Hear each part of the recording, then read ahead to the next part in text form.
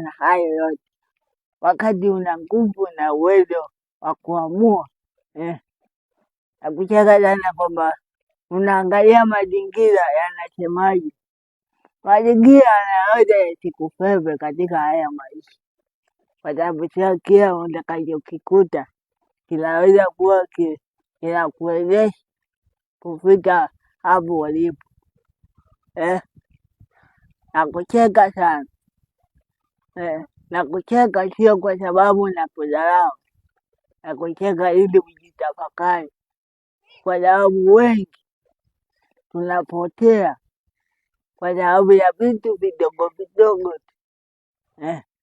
Naomba ujitafakari katika maisha yako ili usionekane wa ajabu katika maisha yako, ili usionekane mtu ambaye hauna thamani.